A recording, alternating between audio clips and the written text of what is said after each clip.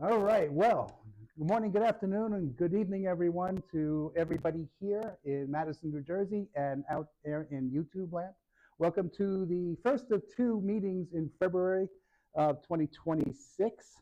So let's get started with our normal agenda. Those of you who are here on a regular basis should know this by heart, but we'll thank our sponsors first and foremost, right?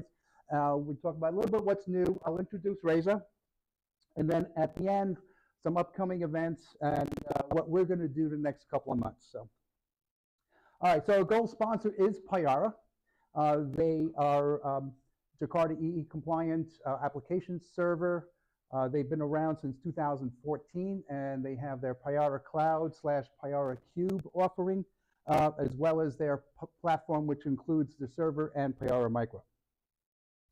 Azul is our silver sponsor, and as was mentioned last month, Azul acquired Payara in mid-December of last year.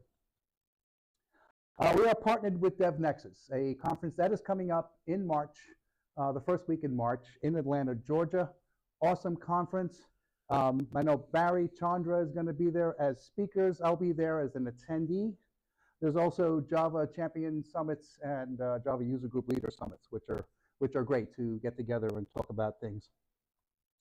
Our per meeting sponsors are JetBrains. Of course, they're the folks who developed IntelliJ IDEA. Romanelli's is our sponsor for pizza. And Jakarta EE and the Eclipse Foundation, they offer Crowdcast hosting, which I haven't used in a while. We decided to go with Zoom to YouTube. But this is something that's really awesome that they provide for Java user groups. Our memberships are the Jakarta EE ambassadors and Micro Profile, Jakarta EE, and the virtual Java user group. All right, so what's new? I had our flyer that we chose put up here, but I have it locally on my laptop. It did not push it to production. I totally forgot.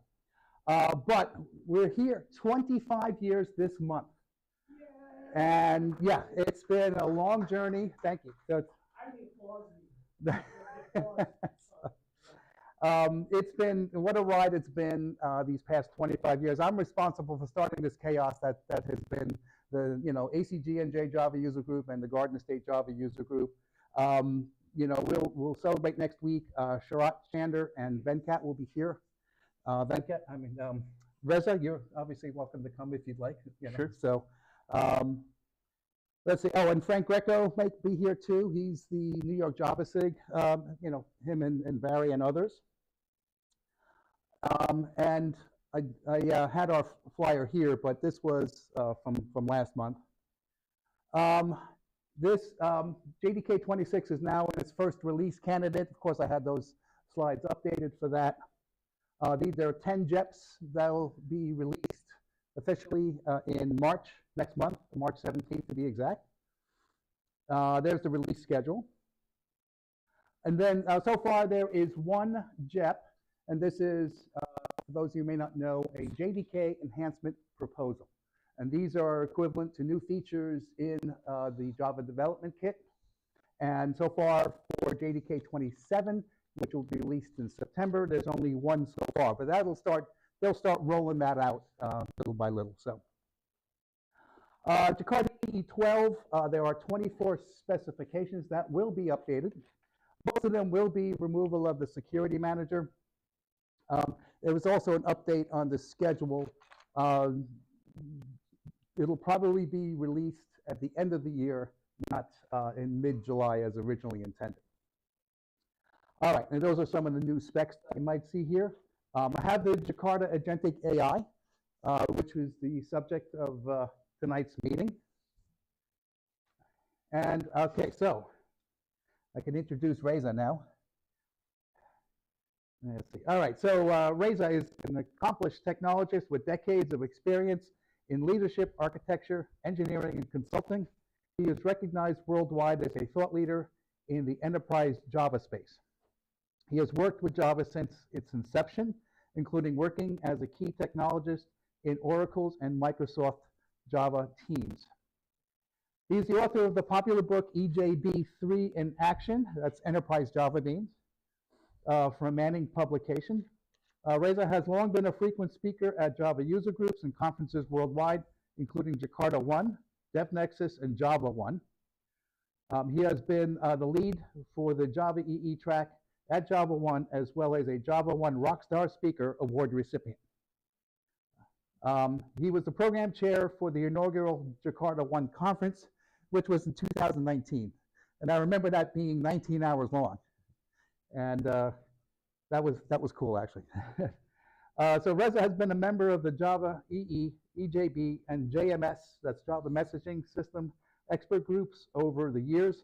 Reza has implemented the EJB container for the Resin open source Java EE application server. That goes back a while. He represented Microsoft at the Jakarta EE and Microprofile steering committees, and he's one of the leaders of the Philadelphia Java user group. And Reza is actually a founding member of the Jakarta EE Ambassadors, which was formerly the Java EE Guardians. This goes back to Oracle and Java EE8. That's a long story. We can go for a beer later to talk about all that. On a personal level, Reza, thank you for coming out tonight. Sure. We go back a few years at least. Reza and Tanya Obradovich, they took the time last year to get me caught up on some of the older technologies as to why Microprofile might merge into Jakarta EE. So they really took the time. I think we had 2 one-hour sessions. And then more recently, I got to work with Reza on the Jakarta EE Starter project. So this is like the Spring Starter, the Micronaut Starter, all those, so that we can maintain it and get it upgraded for Jakarta EE11. Of course, he's been patient with me because we've been doing a lot of testing, so I appreciate your, your patience with me on that. We'll get it done. So, so thank you for that. So without further ado, let's get the show on the road. All right, sounds good to me. So, all right, let's get it done. Let me shut this down and then let's start the presentation. Okay, and I need to get my glasses out just for a second here. Okay, not quite sure what's going on, but I'm going to essentially duplicate the slideshow. So hopefully that will get us sorted, right, Barry? All right, excellent. Okay, first and foremost, apologies. I really was intending to be here half hour early. I just forgot how insane, traffic in the local traffic in New Jersey is. So sorry for that. Fortunately, I don't think we were way too late. I think we were like about 15 minutes late in the end. 2 demerits. Pardon? 2 demerits. Yeah. So not too bad. So anyway, so I think this will be worthwhile. In order to make it worthwhile, though, I'll ask a few questions before we get rolling. So the primary objective here today is to get you essentially up to date with what's going on with Jakarta Agentic AI, right? So sort of talking about what its status is and what its future is. I won't reiterate my rather long bio, which if I knew he was going to read the whole thing, I would have made it like 3 sentences. But anyway, okay. So before we move forward too much, I do want, honestly, like some honest interaction with you, so I can make between the audience online and the audience here. To be honest, I always prioritize the audience in person. So sorry for the folks out there that can't vote on this. But honestly speaking, in order to make this evening worthwhile for you, I do need some honest feedback from you, right? So I can make this time useful for you. So who is here because they have a genuine interest in Jakarta EE and Jakarta EE Jakarta Agentic AI as a specification? In other words, you really have a possibility of using this specification in the future. And I need you to be honest. And believe me, I'm not the kind of guy that takes stuff personally. So raise of hands. You are a future user of Jakarta Agentic AI. Okay. All right. Who is here to really learn about Agentic AI in general, and sort of learning a little bit about Jakarta would be a nice bonus? Okay. And who is here to learn about AI in general, and really you don't know much about it, and you saw a talk on AI and you thought, let me show up and try to learn something about AI. Okay, all right.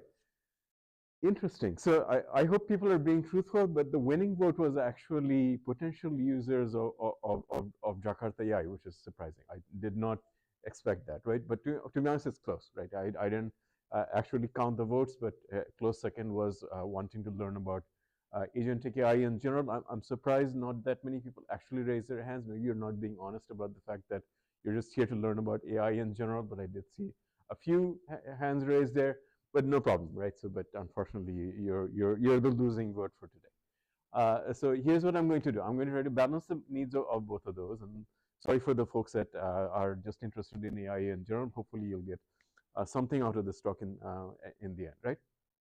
So with that in mind, I'm going to skip over some of these introductory slides because it only really benefits people that are potential users of the Jakarta Agentic AI specification in particular. So all of this is part of Jakarta E. This is sort of ancient history, but I'd like to go over it just so folks know. So Jakarta E is formerly the technology known as Java E, and the technology formerly known as J2EE.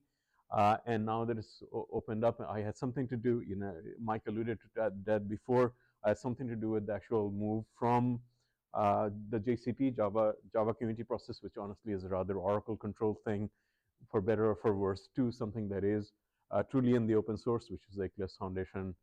Now, whether we actually achieved what we wanted to do by that move, that's, I think, still an open question. But certainly, I think it is, and then I'll talk a little bit more about what the underlying motivation for this Jakarta Agentic AI thing is. It has very much to do with, kind of forcing the move from the JCP to the Eclipse Foundation at the end of the day. So for those of you who are sort of unconvinced, honestly, I want to ground this conversation with some kind of reality, right? So if I get it, most people are using Spring, they're using Quarkus, they're using Micronaut, whatnot. Who cares about this sort of Jakarta stuff? But I understand all that, right? But let me tell you, I have a different, I genuinely have a different viewpoint on that, and it is from my own vantage point. I've been in the industry for a long time, and formerly I spent 7 years trying to make Java on Azure a real thing, and I've worked with dozens of customers. So I have a different viewpoint on this. So the reality of the situation is that Jakarta remains important for two different reasons. One is that, believe it or not, there's a whole bunch of workloads that still use this technology and use one of the application servers in one way or the other. And believe it or not, when net it comes down to about a third of applications out there, rather old applications, sometimes 10 or 20-year-old applications that are still using this technology. So that's one reason it's important. The other reason it is important is that no matter what you're using, even if you're using Spring, even if you're using Quarkus, you're using Micronaut, guess what?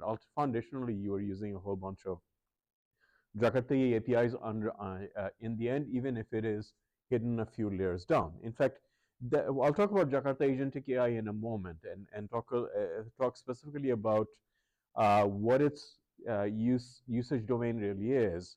And it actually falls in that domain where it actually doesn't matter if you're using a Jakarta runtime in the end or not. Certainly, you will be benefited more if you're using Jakarta, but if you're not, you still are potentially going to be a beneficiary of the work that we're trying to do here. So moving on from that, I'm really going to skip this one over.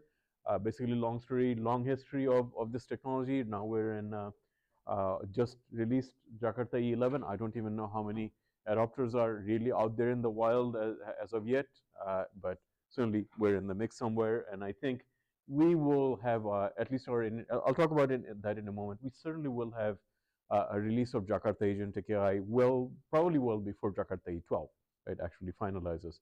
And our target runtime actually isn't even Jakarta E11, right? Our target baseline that we are targeting as a specification is actually Jakarta E10 and Java C17, right? So we're not even really counting on people being all up to date with E11 and E12 necessarily, although we will be releasing in that E12 timeframe. Okay. Brief mention here, another bit of evidence, and I think Mike has something to do with this thing, and certainly I'm grateful for that. But again, like this is another server, and honestly speaking, aside from the fact that Mike does this, it is from InfoQ. It is a credible thing. It's relatively well balanced, and what I do here is when I do this thing, I sort of make my own rendition by actually highlighting the stuff that has to do with the Jakarta ecosystem. As you can see, the footprint is pretty decent, right? All in all, you can't say this thing is irrelevant and be honest about it, because there's some relevance clearly in somewhere in the mix. And of course, the thing that we'll be talking about a little bit more, and hopefully we will make it into this ecosystem report at some point, will be relevant enough. And where we will probably belong is in the same place to start with, where the embobbled agent framework is, right? So hopefully we'll make it into the innovator space at some point. Okay, so now let's move a little bit into Jakarta Agentic AI and really what that is about. So what is this thing, and why bother with it, right? And I'll explain to you why. Essentially, what this is about is that we're trying to create an API that makes sense, that is useful in terms of being able to develop AI agents on the Jakarta runtime specifically, right? So the idea here is a couple of different use cases, right? You're a Java developer, you're wanting to use agentic technologies, and you happen to be wanting to use it with the Jakarta APIs in particular. Now, rewinding back a little bit, why bother doing this, right? Foundationally, I'll be very honest. The reason I'm doing this is because I'm kind of sick of hearing that Jakarta is this old, irrelevant thing that never innovates, right? It's just not true. And one of the reasons why we moved it out to the JCP and wanted to move it into the Eclipse Foundation is to actually do innovation, to be honest. Like, it's to do experimental stuff. And this specification is very deliberately experimental, and I'll talk about a little bit about why. So there's no real reason, in my opinion, that something like Jakarta couldn't be at the very bleeding edge. In fact, I hope this will be proof in the pudding, that in fact there could be a specification, that something that does aim to be a specification, aims to be vendor neutral, aims to be usable by multiple parties, that in fact is innovative, right? I do think there is a space for both of these things to happen. And if you look back in the history, I don't want to go on a tangent rant here, but I'll just put this in context. The reality is there was a point in time where servlet was innovative, right? There was the servlet was the very first people to do something of what it did. Same thing for JAX-RS. When JAX-RS came out, that was also true. Believe it or not, same thing for EJB. When EJB came out, it was bleeding edge, right? It was the thing that invented something, right? Invented and brought a new concept.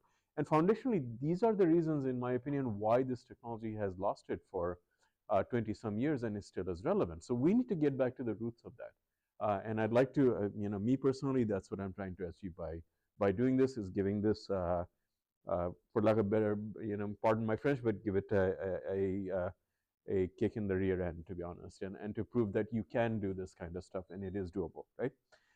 It was just launched. We actually just got approved. It wasn't too long from now. I think it was like late last year. I believe, if my memory serves it correctly, sometime in September or October is when we actually got through this first hurdle. And that was actually a big proof point, right? Because we are not shy about the fact that saying this is an experimental specification, and yes, we're going to be innovating, in the Java spec, right? And guess what? We won the vote, right? So it's not just us. At least there's some kind of subset of people in the Jakarta stakeholders that do believe that yes, you can innovate in this thing. So the other thing we're trying to do is disprove the idea that specifications need to be slow, right? So the aim here is to do fast iteration, right? Exactly like you would do almost exactly like you would do in open source, except for bringing along a community with it, to bring along multiple vendors with it. At least that's the idea. So we are actually going to aim to have our first release in Q1, so literally in a few months. I'm thinking March or April is when we're going to have our initial release, and we're going to be on some kind of cadence, right? So I think every 3 months or even every 6 months, we ought to be able to have a release and entirely disprove the idea that just because you're a Jakarta spec, you need to be moving extremely slowly and and only standardize things that it may be as useful in the I don't know, Pleistocene or some era like that, right? So that shouldn't be the case, right? So that is another objective here. So what is going to be enable us to have this velocity is actually decoupling ourselves from the Jakarta release cadence whatsoever. So this is a standalone specification, which means we're not tied to somebody that wants to implement, let's say, the Jakarta full profile or web profile or whatever. They're not required to implement this specification. It is a standalone specification. People can choose to implement it or not. It's up to them, right? Similarly, it's up to you whether you think this is a specification that is useful for you or not, right? So if you're not useful, don't use it. If it is useful, yeah, include it in whatever runtimes. At least Pyara is going to be doing that to start with. You can use Pyara and enable the Agentic AI model and begin to use Agentic AI, even though you're using Jakarta as a technology. So I already mentioned that our baseline is going to be old, and this is again a key to the success of the, in my opinion, the specifications that have done it right. So again, what comes to mind is things like back in the day JSF, even JPA to some extent, which acted like a standalone specification, JAX-RS as well. What they do is they release the specification with the, even in their cases, actually with the umbrella releases, with the umbrella Jakarta releases, but they say we are going to have backward compatibility 2 versions back. So it's not 2 versions back for us, but probably it will be, right? So for us, the baseline is going to be SE17 and EE10, and we're going to be conscious about when we actually need to upgrade that baseline. So if we're not using anything from E11, we're not using anything from 21, why? Right? We don't need to upgrade our baseline. Our baseline can remain exactly as it is. So we'll upgrade when we actually need to, as opposed to just upgrading for upgrading's sake. And that allows a lot of flexibility. It broadens the horizon of how many people can actually use this technology. Okay, so that's a bit of a mouthful. Let me pause for a second, and I'll do that. So another thing I should have mentioned, aside from sort of trying to poll and figure out like what is going to be the most useful time for you folks, let me also tell you there's no reason to hold back Q&A at the very end, right? You can ask me questions throughout and just raise your hand. I can see you all here. The online folks I can, well, too bad, right? And we'll just have a dialogue and have question and answer throughout, right? So it doesn't need to be held until the very end. So I've been going for a little bit. Basically, my aim was to set the stage for what are we trying to do here with the specification and why we're doing it and what it is at a bird's eye view. And I saw already someone already walked out. Somebody walked out. It's fine. It's not for them. The message will land perfectly fine. At least the rest of the folks are still here, which is fine, right? So, any questions on that part? No, that's all good. On previous slide. On the stuff that I just talked about, like for about 10 or 15 minutes. No, we're good? If you have a question about a previous slide. No? No, Okay. we're good. All right, let's move forward. Okay, so the other thing to understand is it was shocking to me, to be honest, when I started this, and maybe it's just a disconnect, right? And I live in my own little bubble, and I can't, I get surprised by stuff that I shouldn't be surprised by, right? So, at least initially, I had a whole bunch of trouble explaining, in some cases, even to the spec committee, the people that are voting on the specification, what this is about and where it fits into the AI ecosystem, right? And there's some reason for that, right? It's because the AI ecosystem is evolving very, very rapidly. And just like, early days of SOA or early days of microservices, people throw around vague terms, right? That actually, if you dig down to it, probably doesn't mean anything at all, right? And they claim to be something. So there's just so many things that claim to be agentic AI, right? Like it'll make your head spin. So it's a little bit difficult to understand what is going on in the broader ecosystem and where does this thing actually fit, right? So I do want to spend some time explaining that, right? And hopefully you'll get something out of there as well. And the other thing I'm trying to do on this slide is frankly to serve the people that are here to learn just about AI in general, right? That's one of the objectives of why I generally have this slide. So a couple of reasons why. So let's talk about this. And actually, I like the size of this screen. Actually, it's quite large. Potentially, maybe it could have been even larger. But that all aside. So let's talk about. The size of the screen is because this room that you're talking in is in the arts building. I see. So this is for showing grand works of art. We have a question on the YouTube. Does Jakarta EE provide only specification or sample implementation, also agentic AI? So, okay, long story short, because I don't want to dig too much into Jakarta EE in general, right? Because we have a ground to cover. No, Jakarta is a specification. The JCP used to be structured in a way that specification came with a reference implementation. That turned out to be, frankly, like a kind of a sneaky way of advantaging, whoever the owner of the JCP is, which happened to be, of course, was Sun, and then was Oracle. So in Eclipse Foundation, that is not the case, right? The specification is really just a specification. However, when you actually release a specification, it needs to have at least one implementation. In an ideal world, maybe more than one, right? So yes, there is when you have a specification release, you're guaranteed to have at least one implementation. In our case, it's going to be, most likely it's going to be Payara Micro or Payara Server. That's going to be the reference implementation, or the implementation that we use when we actually release a specification. But in theory, there is not one canonical implementation, but there is an implementation at any given point in time, and hopefully more than one implementation. Okay, so and to answer your question, yeah, the Payara folks are not quite ready yet with their implementation. It's still very early days, but I do believe they have to be ready, right? So if we're aiming for a release in March or April, they will have a release ready that you can begin playing around with. And in fact, I think they're working hard right now. I'll talk a little bit more, a little bit about relationship between myself and Payara and the broader ecosystem as well. Yes, Mike. Yeah, so the difference, so in the early days, used to be a reference implementation, and I think that's where Glassfish came in. And I've been looking up the history of this because Glassfish 8 was just released, right?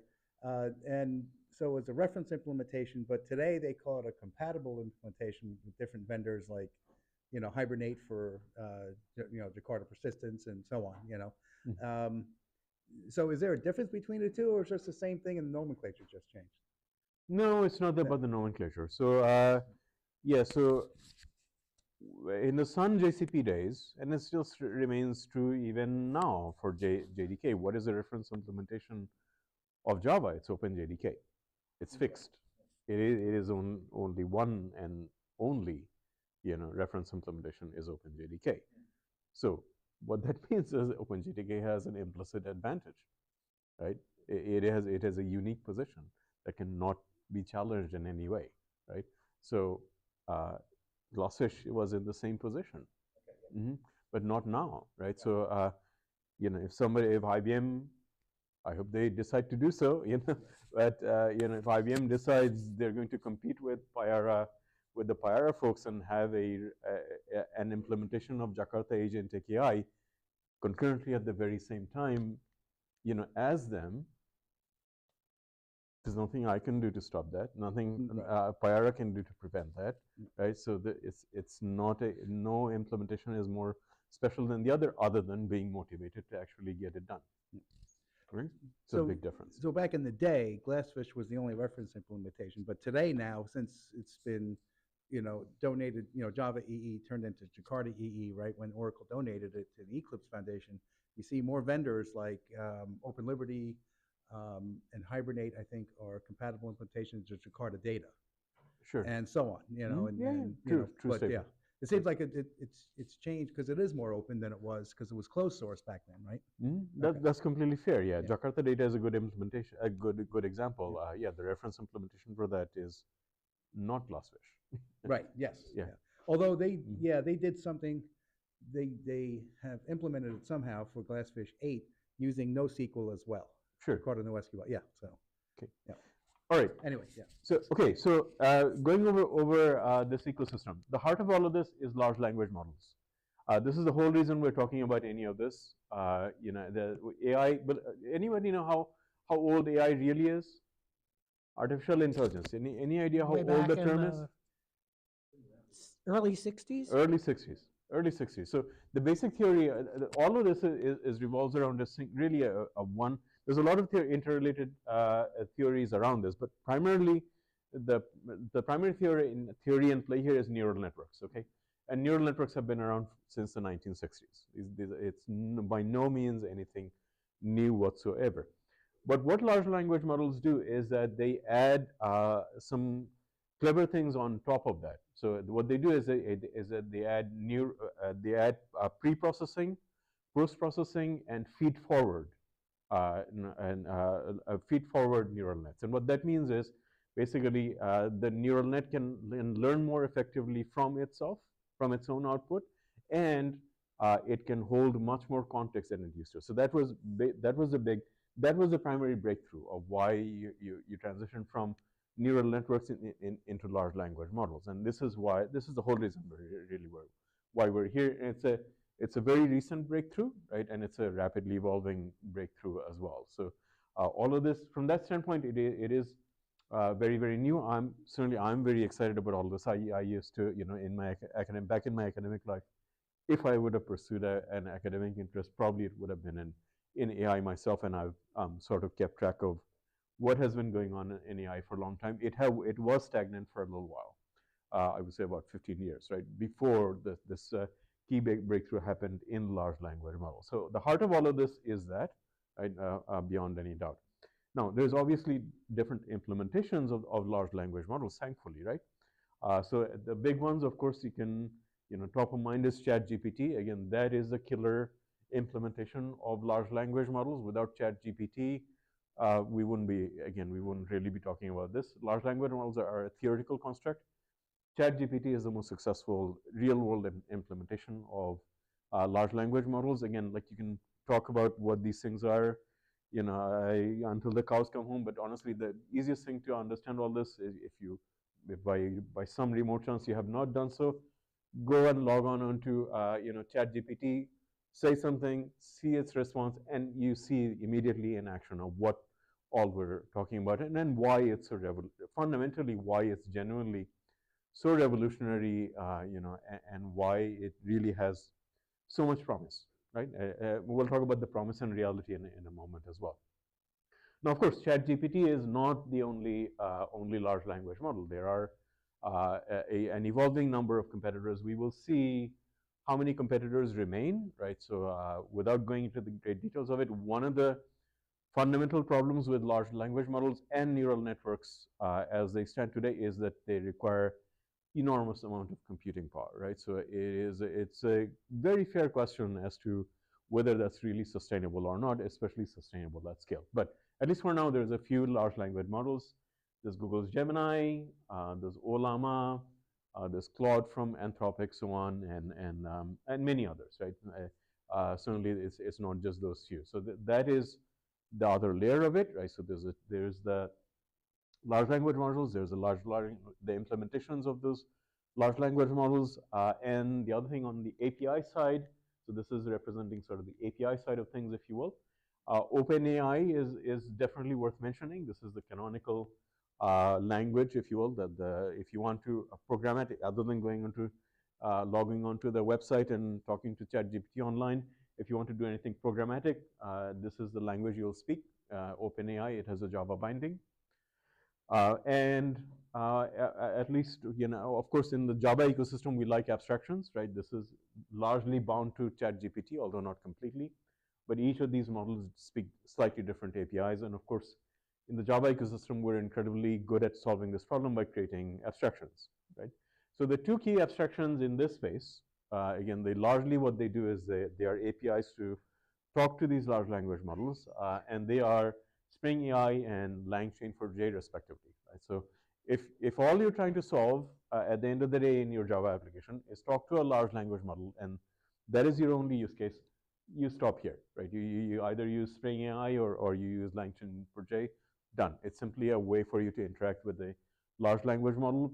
If you look at these APIs, they are there's a different AI-specific context, but foundationally, it's no more different than simply, from a user standpoint, it's just sort of a way to query a database and that gives you, some pretty amazing results. Foundationally, is what that is. So there are some techniques involved here as well, and they also reside in the large language model space. Okay, so two key techniques, and these are evolving, and they will continue to evolve. One is RAG, and the other is MCP, and they're flip side of things. They're both ways of, so a large language model like ChatGPT is trained on a large data set.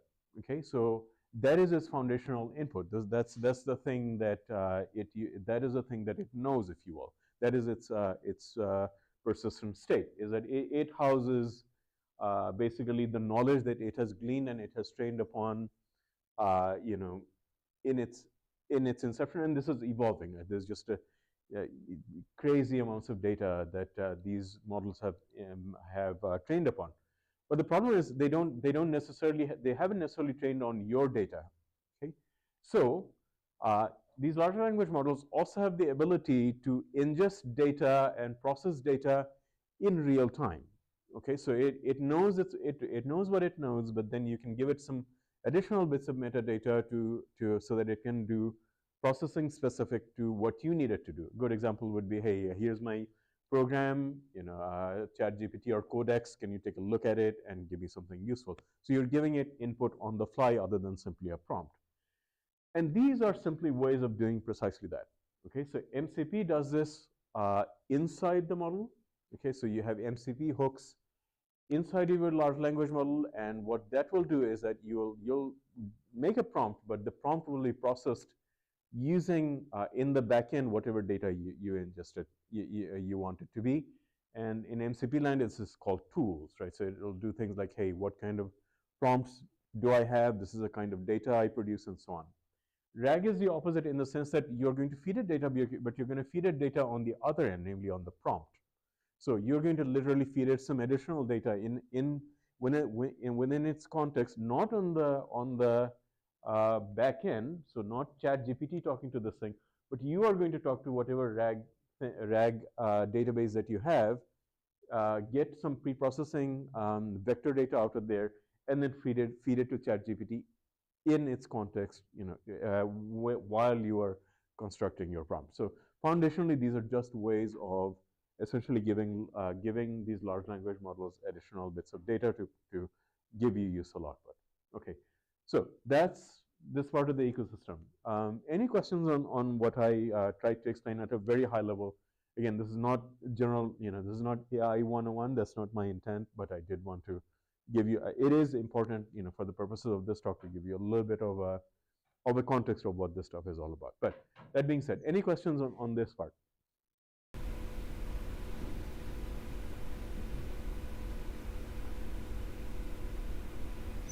Okay, moving forward. So I'm going to stop. This is going to be my last stop over here because this is really where we're at. So let's move over here. Okay, so you have the large language models, but this is about what do you do with those. All right, so in general, what you do with those is another concept called, and the closely related concept, but what you do here is generative AI. In other words, you generate something using this thing. So there's many different things you can do with AI, but one of the key things that makes it interesting is that it can generate stuff on the fly for you, right? It doesn't just give you a one-line answer, or it isn't just solving a problem for you and giving the solution, but it can actually, you can tell it to do stuff and generate a volume of work. And in general, that volume of work can come in many different forms, but the key ones that are really, again, the killer applications of it is code. Arguably, if you really look around and see where is AI really having an impact, I don't think it's things like Office 365, frankly speaking, although I did, I count certainly Office 365 in here. But where it is actually having a real impact is two places. One is content generation, so these generated videos and generated graphics, Okay, there are real applications of those, and people are actually using that kind of stuff in and making money off of it as opposed to just whatever. And the other use case is code generation. Okay, so I'll be honest with you. I mean, I make no apologies of it now. I'm 100% a vibe coder, right? I don't know why anyone, given things like Copilot and Cursor and Windsurf, not so much Cursor and Windsurf. I've looked at them. I'm not honestly not terribly impressed. It was interesting in the very beginning as a concept when they were inventing the concept of AI-driven development. Not so much anymore. Primarily, I use Copilot. Honestly speaking, I don't see myself going back. Why would I? It just a lot of this brainless stuff that I never enjoyed writing anyway because it was just so rote. That stuff Copilot can do. So what it allows me to do is focus on the actual engineering problem, right? Or focus on more intricate parts of my application that actually require require me to apply myself is a good way to say it, right? So why would I want to do something that a machine can do, right? I'm not a machine. Frankly, I'm better than a machine. Most of us are. You would want to get better quality code? Pardon? Better quality code? Sure. Code that's been vetted and reviewed carefully? Yeah, but you can always take whatever Copilot is giving. Who says you have to just take Copilot's thing for granted, right? So literally, I think it's tempting though to do that, isn't it? It's tempting, but why would you? I don't, right? I mean, I think of whatever Copilot is giving me. Honestly speaking, it's like a free intern, right? So I think of it in those terms. So the stuff I don't enjoy doing, the intern can do, and then whatever output that the intern gives me, well, of course it's going to be subpar. But guess what? I just saved hours of my life doing stuff that's the internal level skill, right? So definitely this is here to stay, right? But this is not what we're talking about. But this is an implementation. Copilot is in fact one of the most successful implementations of Agentic AI, right? So Copilot is when you put Copilot in VS Code and turn on agent mode, that is an agent. That is Agentic AI. What it is doing is in fact Agentic AI. So I do have another question. Yeah. When you said these are the two avenues in which generative AI is making an impact, it kind of sounded as if you had data to back that up. Or yes. Is that okay? I do. I can't completely share with you, but here's what I'll share with you. So again, that comes from a vantage point of where I've been and generally what I see, right? So here's what's actually happening in the wild. So these guys are falling far below their. If you look at their cost and revenue, they have huge costs and very little revenue. So the reason they are keeping going is because of the promise that the AI will have more general usage. What is happening right at this moment is almost every single large company is actually experimenting with AI and AI agents. I'll talk about this in a moment, but here's what is happening. If you are familiar with the Gartner hype curve, here's what is actually happening. So in reality, beyond as impressive as ChatGPT seems, the reality is when you go to apply it in a real world situation, you wind up with the problem of the fact that it has two problems. It is actually rather rudimentary, so it cannot actually solve extremely complex problems, and it is non-deterministic in nature because the thing that it is is very basic foundations, which are neural networks, is by definition non-deterministic. So as a business, can you really rely on something that is non-deterministic and at the end of the day probably not giving you something all that spectacular? So something else will need to happen. There are legitimate applications of Agentic AI nonetheless, proof being Copilot, right? So there's certain kind of problems where you can apply it, but can you apply it to a very broad set of problems? Not yet, right? The capability simply isn't there. However, what is taking off, if you look at Microsoft's revenue numbers, is in fact Copilot and 365 revenue. So they can demonstrate that in fact they are, although it is small compared to the losses that OpenAI is having. If you look at Copilot as an organization, they're making money because it is actually they found a useful case, right? So there's a video editing that you can do suddenly. You can create animations. Perhaps we'll begin to see things like avatar that are no longer drawn and animated by hand, but animated by AI instead. This is huge. Imagine the amount of money you need to pay an animator to do that kind of stuff. So that's a good application. If I can, and I know that I can legitimately increase my productivity by 30 to 50%. Well, guess what? That means, somebody's, my productivity is increasing by that multiplier. That's real money at scale, right? But not as easy. You won't see very many other killer applications at volume, right? In the way that you're seeing something like Copilot. What's the difference? Can you yell that question? Yeah. So what's the difference between running Copilot using the, let's say, Cloud Sonnet 4.5 versus using Cloud Code using the Cloud Sonnet for 4.5? So it's like different from like Copilot with Cloud Code, but running the same large language model. What's the difference? So let me answer that quickly, because again, I'm not here to do Copilot 101. Copilot has different, can map you. Copilot is an interface. Okay, so it is basically a thing, right? That in your case, for example, you're going to use it in VS Code, and it's going to help you to generative AI and specifically generate code, right? But Copilot is not equal ChatGPT. It's one of the models, right? And actually, that's a good business model in general, right? So you can use Copilot with whatever model that you prefer, right? Now, I actually like Sonnet.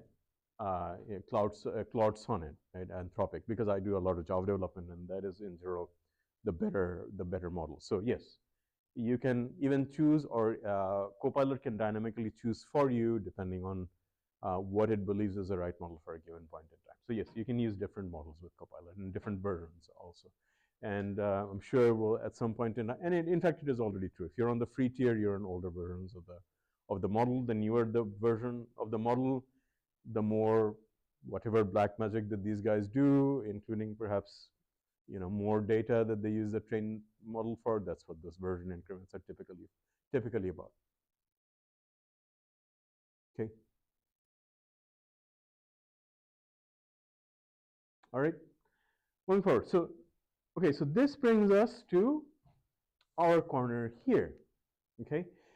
Agents are very much in their nascent state.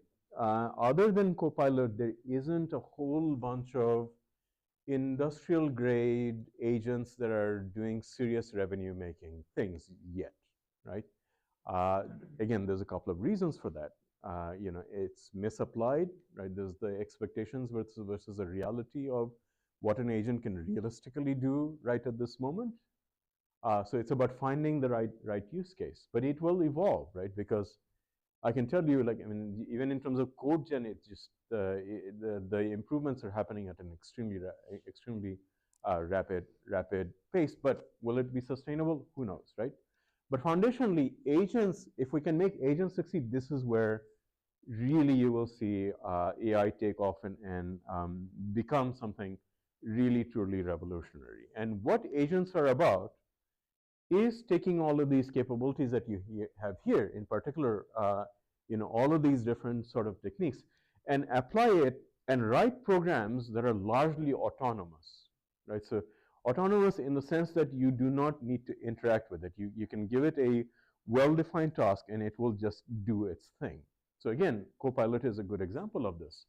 You can give Copilot actually relatively complex set of instructions. You can, for example, tell Copilot, take this old application that I have and upgrade it to this particular framework, and it will actually create a plan and execute multiple steps. So this kind of stuff that you would have done as a human that would take you days to do, it is just doing, and it's doing that by itself in an autonomous fashion without much input from you. So that is the key differentiator.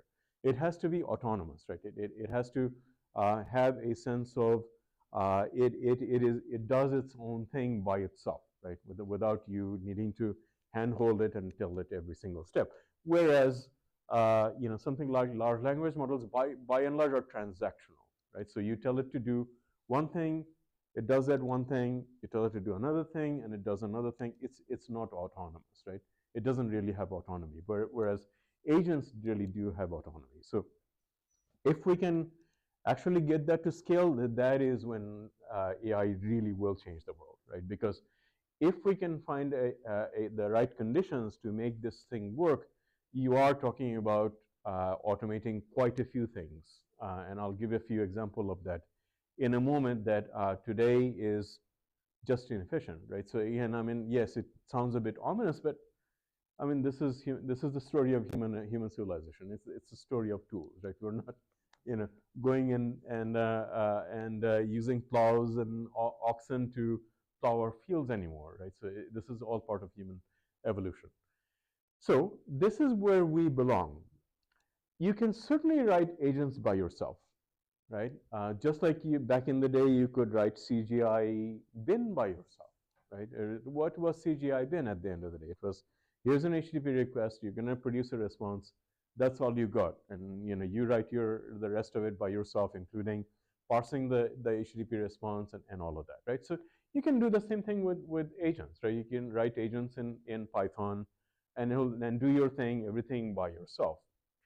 Where things like Imbabble and we come in is to take that from a cottage industry phase and take it to an industrial phase, right? And what do you need to do that in order to do that? What is the differentiator between something that is a cottage industry and something that is mass-produced industrial scale? It is repeatability and reliability, okay? So in other words, what we're in the business of trying to do is figuring out how do we add structure and simplicity and reliability to writing agents. That's fundamentally what we're trying to accomplish. Now, before we move on from there, I want to briefly mention A2A. It's an evolving protocol. It has other competitors to it as well. Foundationally, they just do one thing. They facilitate communication between agents. Okay, so when you really will do amazing things with agents is when agents know how to dynamically talk to each other. They can figure out something like, hey, what do you do? Oh, I do this. Okay, yeah, I need your help doing this. Here's some data. Can you do this for me?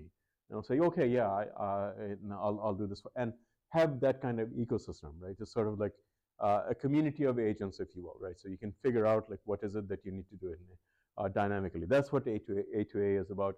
It's in its rudimentary phase, just like many things in AI. So not much going on there, but we are keeping an eye on it, and in general, we're trying to keep an eye on the entire AI ecosystem. So let me stop there. Any questions on that? Mm-hmm. Pardon? What are the challenges that come with using agents to automate tasks? Let's talk about that in a moment. But foundationally, it's those, right? So number one, you have to repeat the question. Sure. What are the challenges that come when developing agents, and why isn't why isn't, in other words, why aren't we all getting jobs, writing agents like right now, right? Again, it comes down to two different things.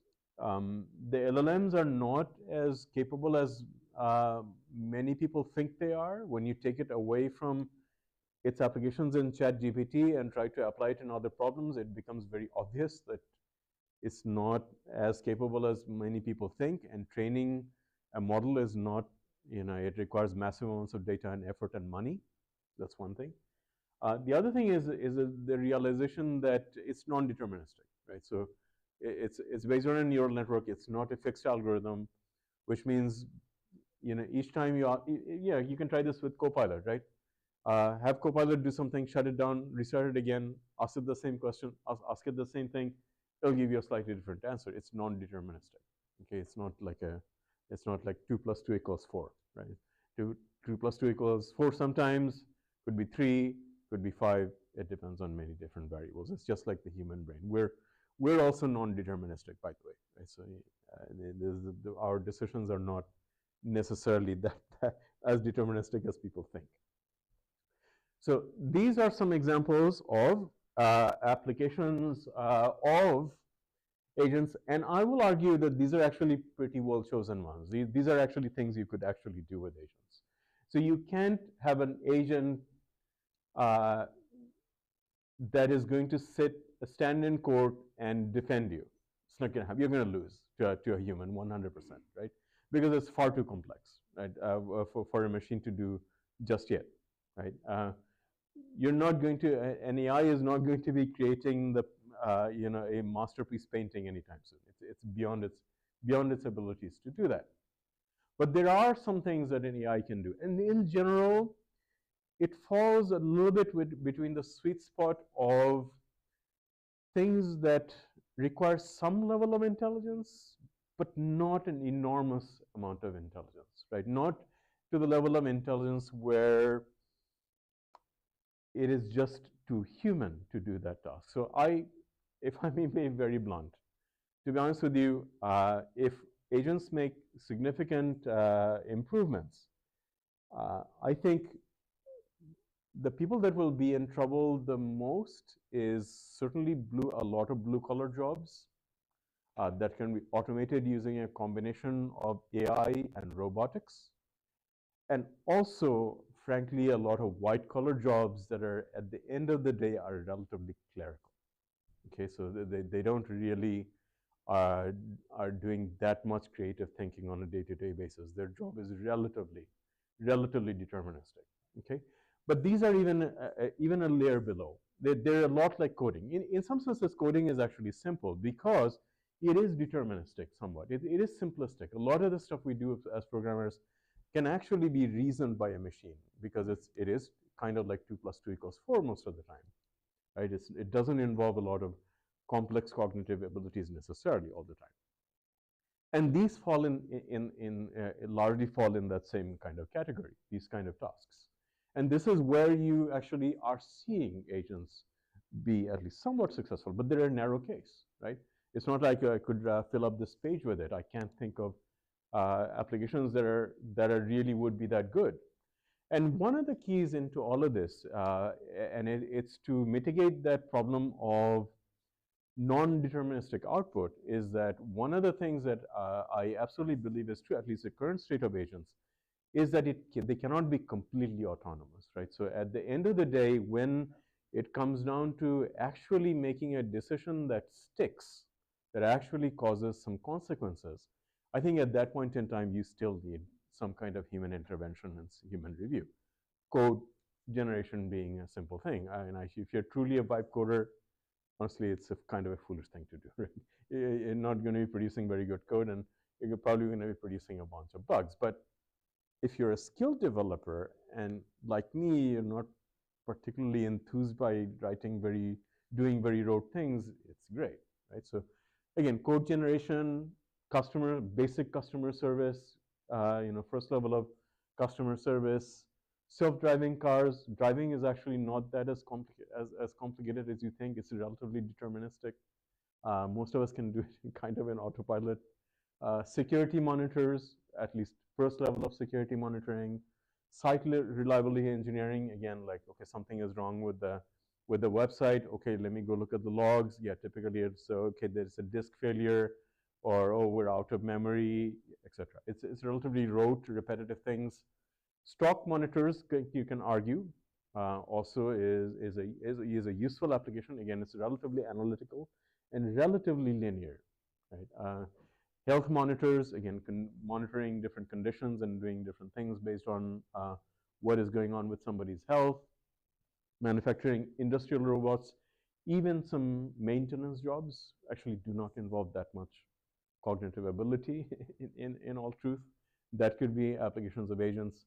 Travel agents, reservations, again, relatively mechanical things, right? Relatively mechanical linear things. And again, at the end of the day, you as a end user will say, oh yeah, okay, this travel plan makes sense, or it doesn't, right? So none of these things are like are producing finality, right? So they're sort of solving intermediate stage problems, right? To to reduce the workload on a human and make them more productive, as opposed to simply outright doing the thing themselves. Although you could argue probably industrial robots, that's not really quite true, right? If for industrial robots, they could be effectively very autonomous.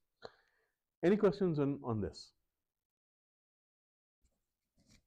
Can I give an example of a customer service agent that you wouldn't think be possible? Sure. We're all used to websites that have a chat bot, right? And I think most of them are flawed, but that's a whole nother story. We are dermatologists that we use. When we call to change an appointment, you get an automated service agent, and just by the birthday, it says your current appointment is, and then how would you like to change it? It actually knows the dermatologist that we use, and you can go through. Now, the only thing is, since we usually go together, I have to, it hangs up on you. You have to call back and then do it for either myself or my wife, So, but this is something I never expected on the telephone.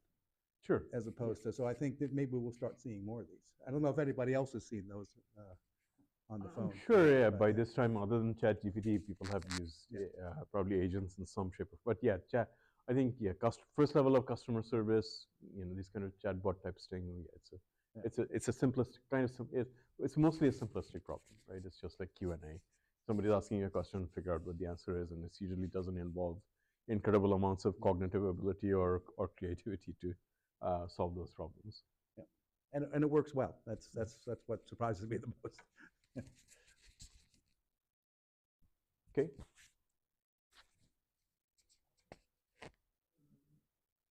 Any tools to make an AI agent, to demo an AI agent real quick? Hopefully soon. Hopefully soon. Yeah, we'll talk about some code examples. Repeat the question. Oh, do I have any tools to generate AI agents? So hopefully, once we publish the spec and Copilot has a chance to ingest it, Copilot could help you write it. That's the name of the game now. So, anyway. Oh, we've got a question on YouTube. Sure. Do you think payments would be a good candidate to automate, like order something and pay for it? Yeah, certainly checkout agents could. I can easily see that, like a retail point of sale kind of thing. Yeah, I would just scan an item, calculate what the customer wants, and tell them this is how much you owe. How much you owe us, and take the money. So yeah, that's again relatively rote, right? There's not a whole lot going on. I think that's would be a good application. But you would need like somebody standing around somewhere where if the agent failed miserably, they can come in and say, oh, sorry, Mr. Customer, I'll fix it for you manually. Yes. What would you say is the difference between... You want to yell that? Just yell when you ask. What would you say is the difference between an agent versus, like, for instance, manufacturing, right? So you can have robots that have a predefined algorithm to do something, right? Good point. Versus, agent. Yeah. Like, what would you say is the difference? Yeah. So in fairness, self-driving cars, a lot of them that are in production today are not AI agents. They're expert systems, which means they just have it's a giant case statement, right? Fundamentally is what it is. It's if then else, giant if then else statement. Yeah, a lot of the current generation of industrial robots, same thing. There's giant if then else statement with a bunch of condition built in. The strength of that is it's deterministic, right? You give it an input and you know exactly what the output is. An agent is something that is non-deterministic versus an expert system is something that is deterministic. Yes, one, but the fundamental difference of so this is an interesting question,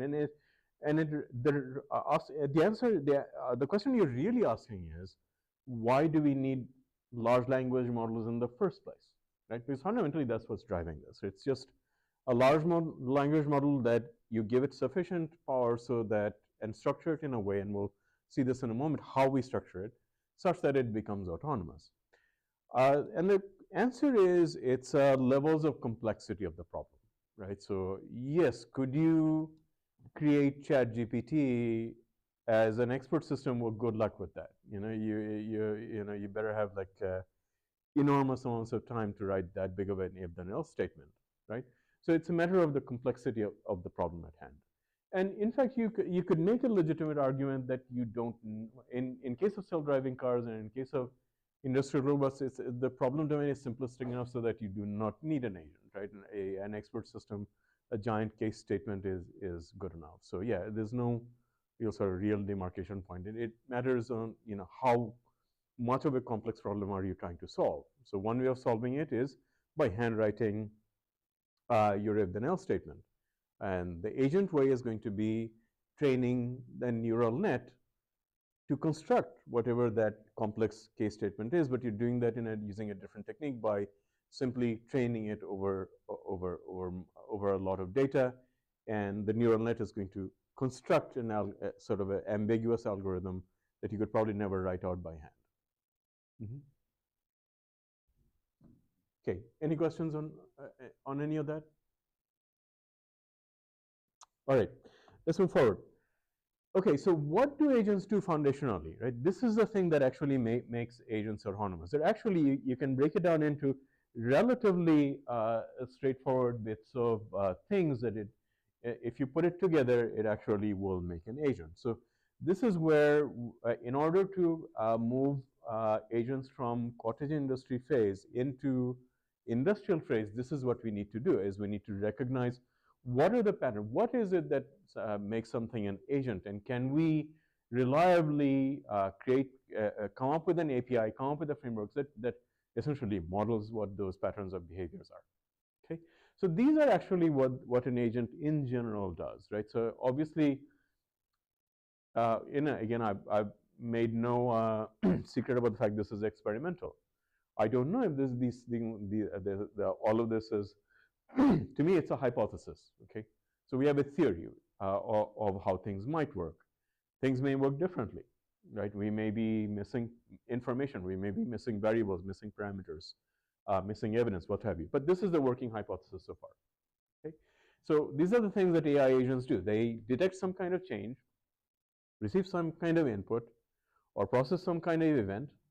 Subsequently, it does its thing, right, based on these sorts of triggering events, and I'll talk about the nomenclature in a moment. And what it does in response is sort of these kind of things. So it has a workflow in general, and this is the stuff that it does in a workflow in possibly an iterative way. So given what its current state, given what the task that it was given, it dynamically creates a plan. Okay, it says, okay, this is what has happened. I need to figure out this is my purpose in life, if you will. And so I need to figure out how I'm going to do this thing. Then it executes whatever the plan is, and that will come down to discrete steps. After it executes these series, one or more actions, it inspects what the results actually are, intermediate results, and then it adapts its plan accordingly, right? So it tries to figure out, okay, so I did these actions, this is what happened, and I'm going to now change my plan and do another iteration of my own workflow. Now, what are the things it uses to do these things, right? It can gather sort of static data, let's say in a database of some sort, a traditional database. It could get some kind of input from a dynamic input from a user or some other source that's not just a static data source of some kind. In this case, it could possibly be that A2A protocol, right? You'd be invoking another agent that gives it non-deterministic input. And it certainly will call an LLM, right? None of this is again is a secret sauce, right? Foundationally. So it is going to invoke a model of some sort to do one or more of these things. It could be invoking an LLM in its planning phase or execution phase, or processing results, or in adapting its plan. But this is the thing that's making it interesting, if you will. This is the thing that's powering this whole event. And what the rest of it is doing is essentially sort of deterministic patterns to make this thing autonomous, okay, as opposed to just a solitary thing that you do one thing and then it returns your response, so on. And ultimately, it may produce some output, right? So it may produce output. It may make a change to some external state. It could trigger next steps. Again, this could potentially be an A2A invocation to say, okay, invoke this next, find another agent that handles this thing and invoke them, so on, right? So this is in general what.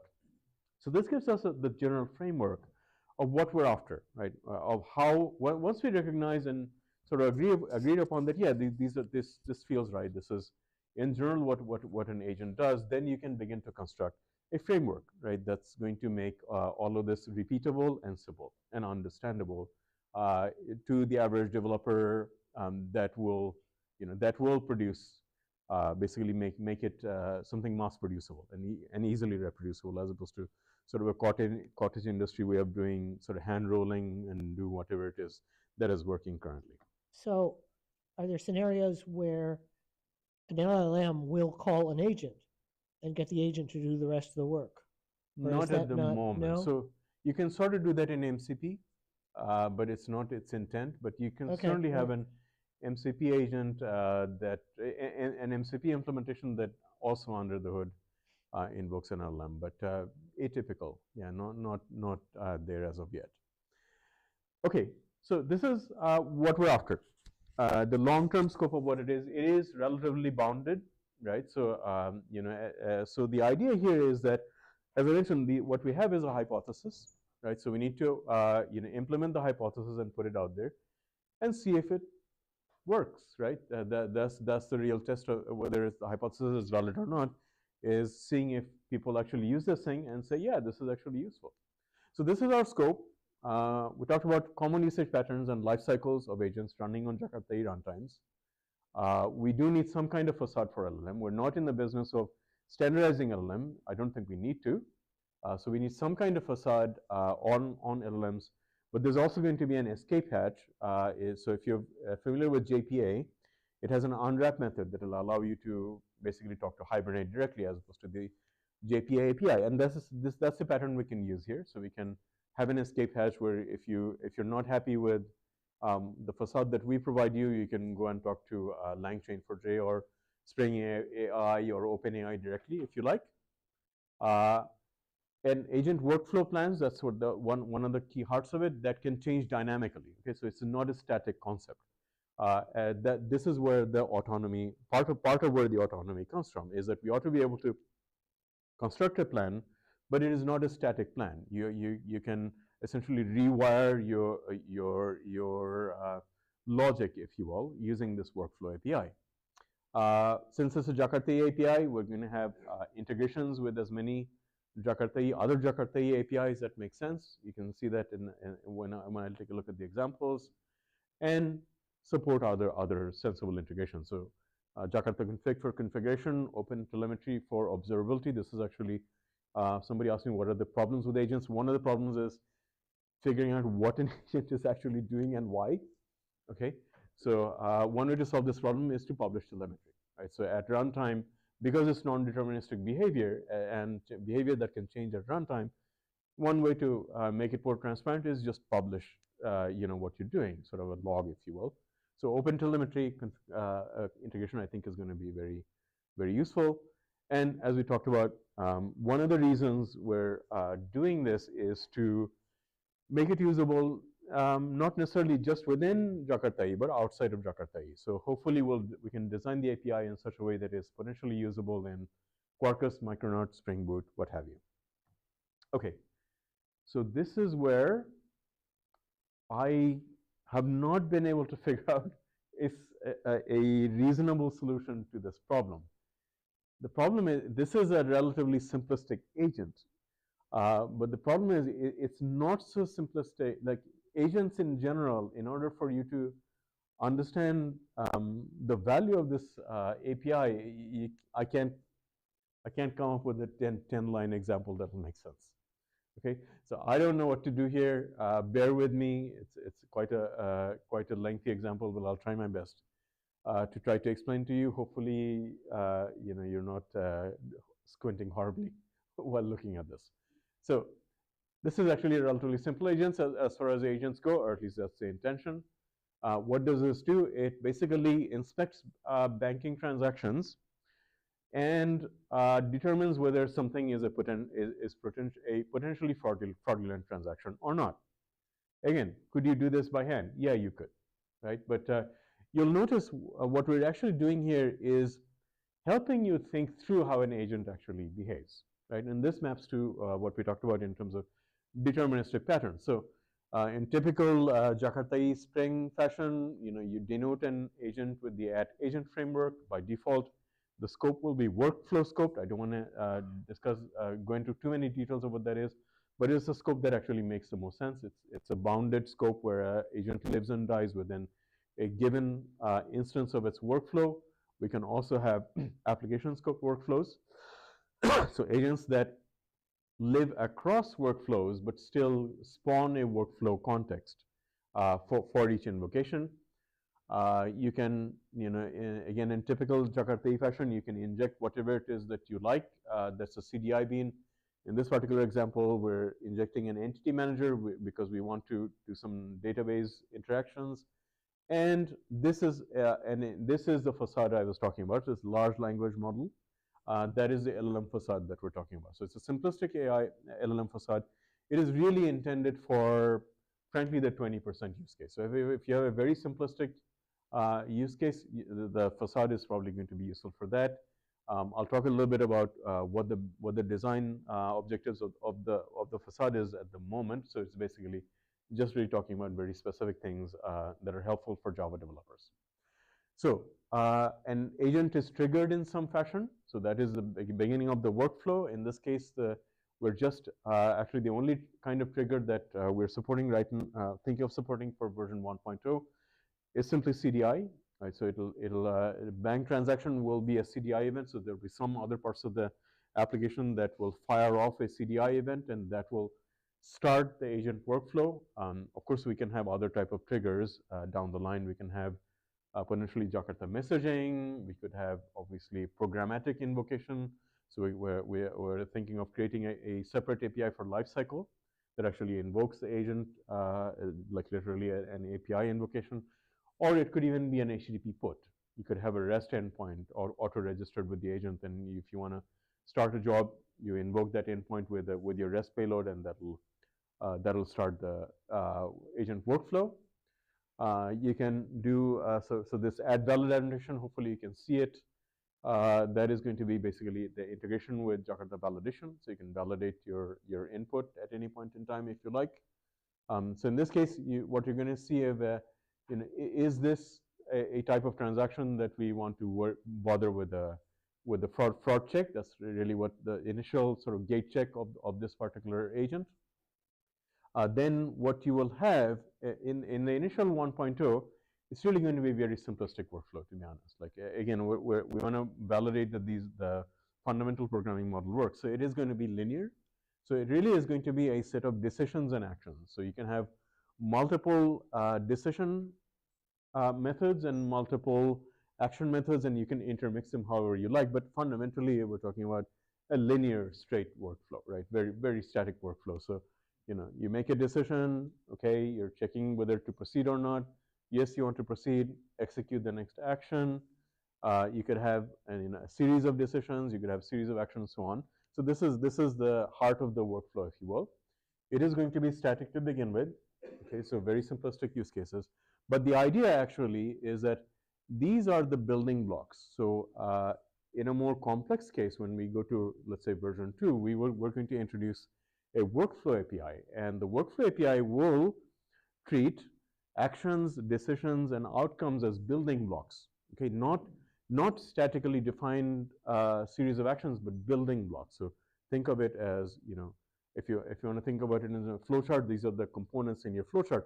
But the connectors in the flowchart, that can change dynamically. It can rewire itself. But in the initial version, just straight up, right?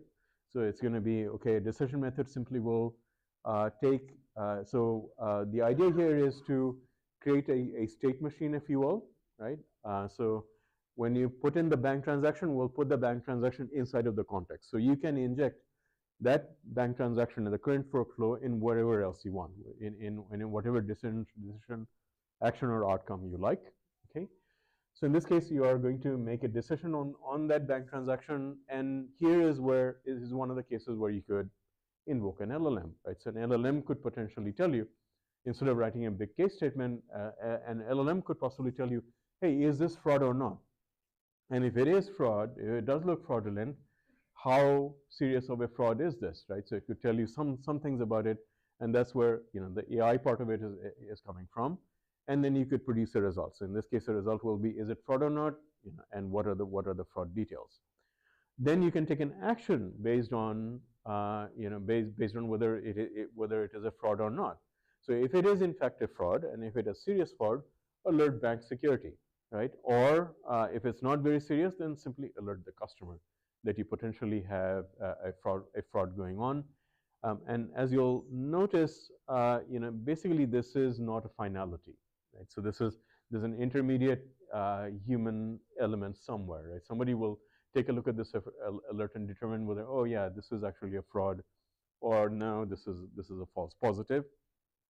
And then finally, the idea here is that initially there will only be one outcome and one trigger, but when you're talking about dynamic workflows, you can have multiple outcomes if you like, and which outcome you actually invoke will depend on how you actually wire and how your workflow is wired at a given point in time. But in this very simplistic one, all we really do is say, okay, we made it all the way through. This is in fact fraud, and hence we're just going to mark this transaction suspect in the database and potentially have somebody else take a look at it. So you can see that annotation driven.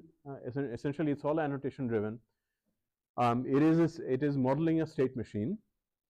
And it is allowing you to basically think about how to think about agents, basically, right? So you have triggers, you have actions, you're going to make decisions, and then for now it's simplistic, but the real power of this API will shine. So there's a little bit of obviously non-deterministic AI behavior here, but really it will shine when we introduce the workflow API that will allow you to at a runtime rewire the order and conditions by which these building blocks of actions, decisions, and outcomes actually occur. So if you can think of it as a flow chart, right? So it's a dynamic flow chart. You'll change how the flow chart looks like depending on what the conditions are, and a lot of the conditions may be determined by LLM.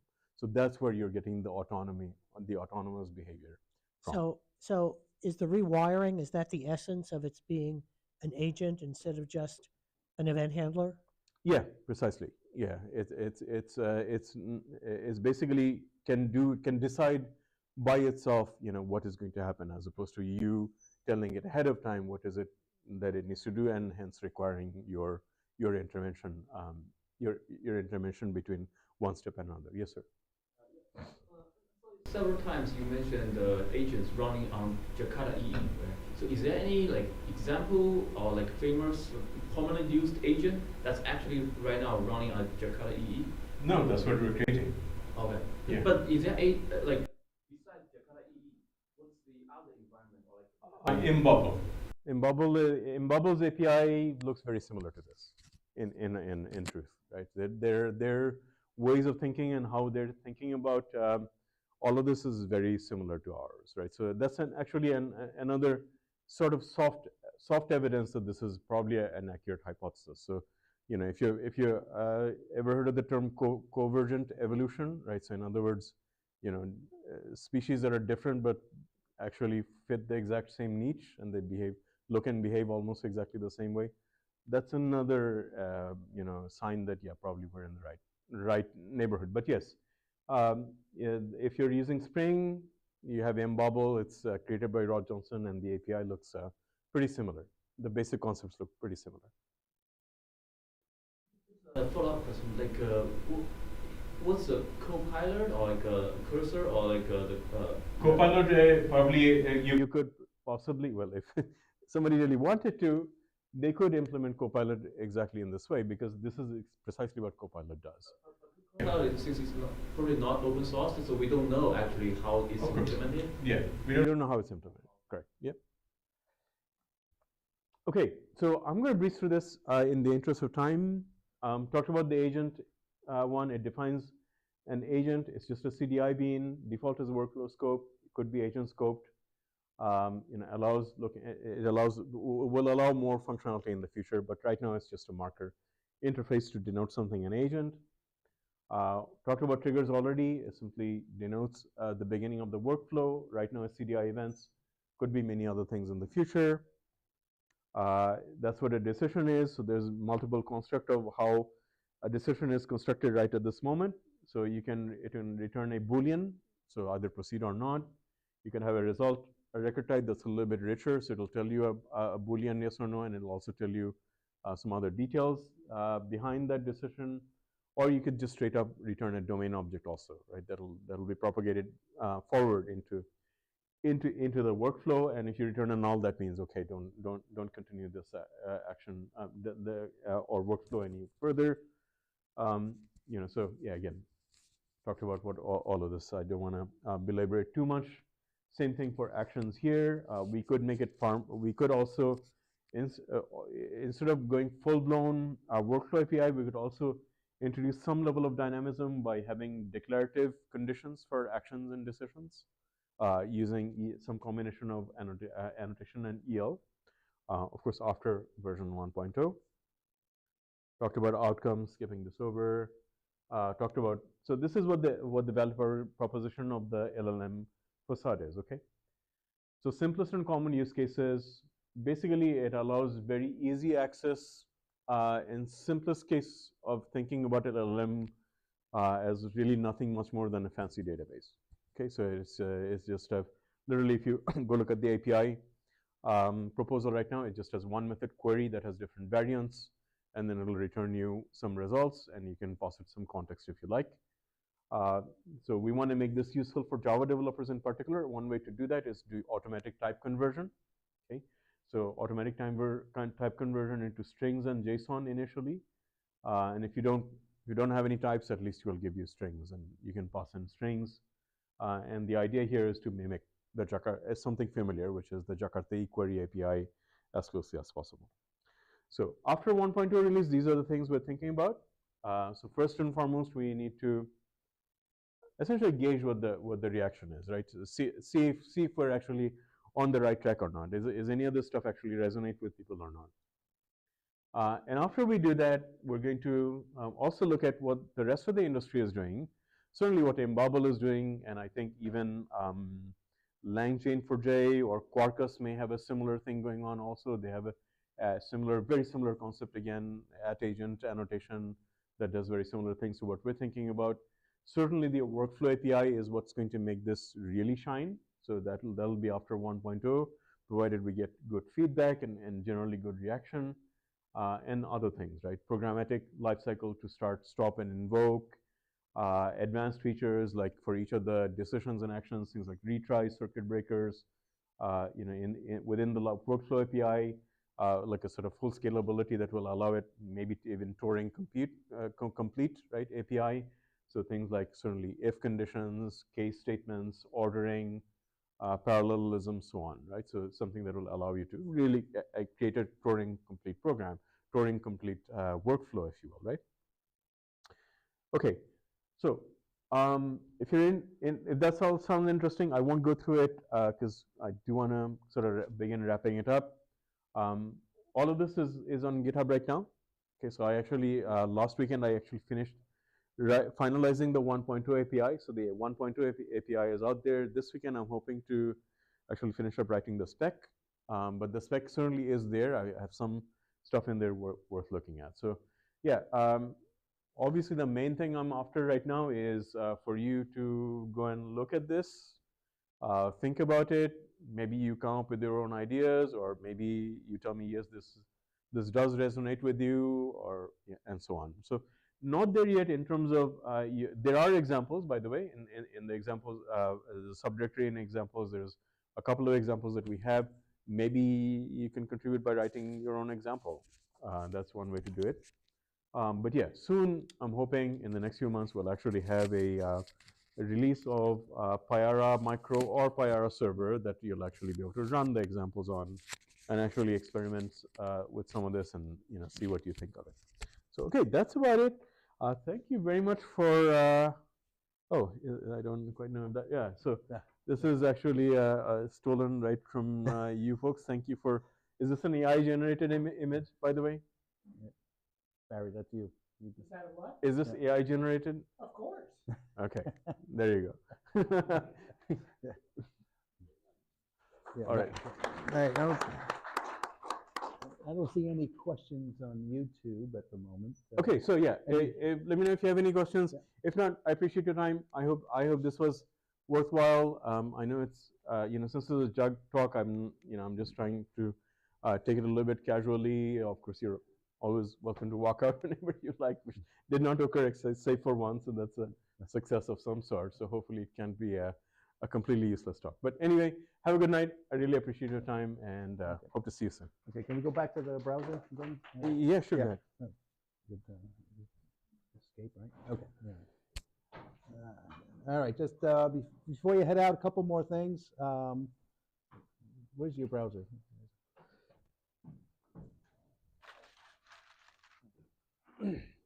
No. Where's your browser? I can't find it. It's okay.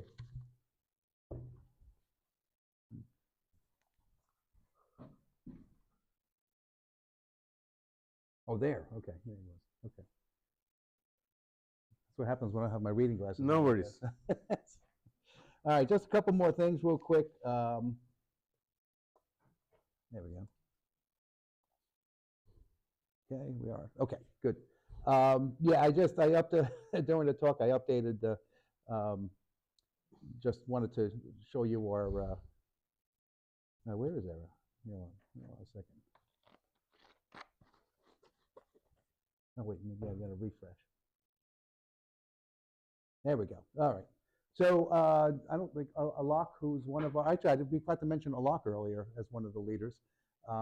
He came up with 4 different designs. It seems like this is the one that we chose. So just getting back to upcoming events. This is actually not in order as I noticed earlier. If you'd like to see London next month, there's QCon London, which is very popular as part of InfoQ and QCon. They have a full week of talks and workshops. I'll be out there covering that as a dedicated reporter. Java 1 is actually the same week. So big conflict for me because I would have liked to have been to Java 1 again like I did last year. But anyway, that's what happens. Dev Nexus, obviously this is the early part of the month. That's why I said this is out of order. There is a 50% discount. I forget how long that is available.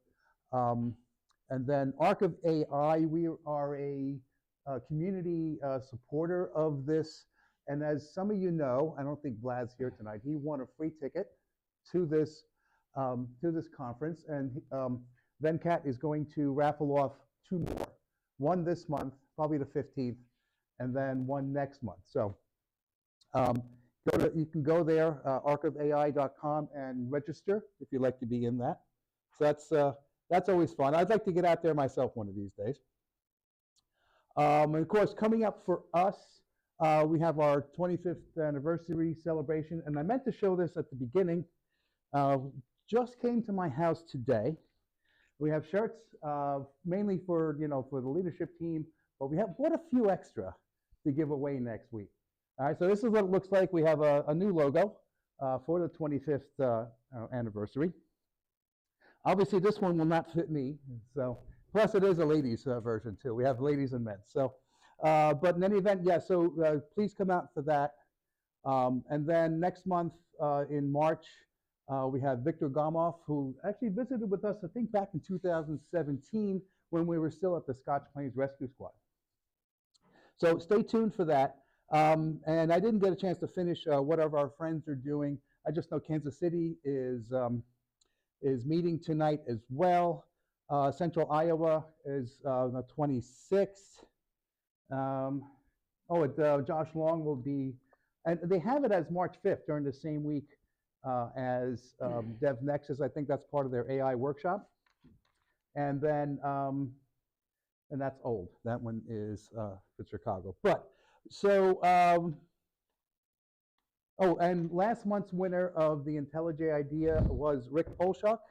So congratulations to him. He'll get a 1-year license to IntelliJ Idea.